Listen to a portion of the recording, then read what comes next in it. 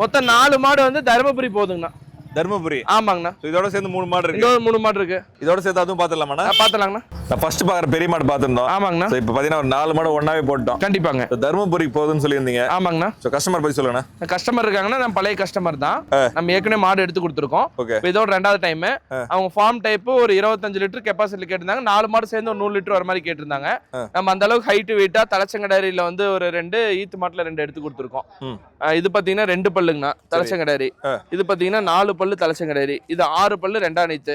இது பாத்தீங்கன்னா 4 பல்லு தலைச்சங்கடாரி. 4மே ஹெவி சைஸான மாடு, நல்ல குவாலிட்டியான மாடுங்கண்ணா. ஓகே, 4 ஹெவி சைஸ்னு சொன்னீங்க. கண்டிப்பாண்ணா. சிவாஜி 4மே வந்து வித்தியாசமான செலக்ஷன்ல இருக்கு. கண்டிப்பாண்ணா. உங்களுக்கு பிடிச்ச சிவாஜி HF வந்துருச்சு. கண்டிப்பாண்ணா. நம்ம எப்பயுமே வீடியோல வாரம் சொல்றது தான்.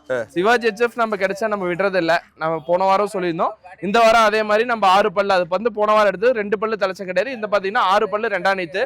நல்ல குவாலிட்டியான மாடு. ஆவரேஜ் ஒரு 25 லிட்டர் கெப்பாசிட்டில கறக்கும்ண்ணா.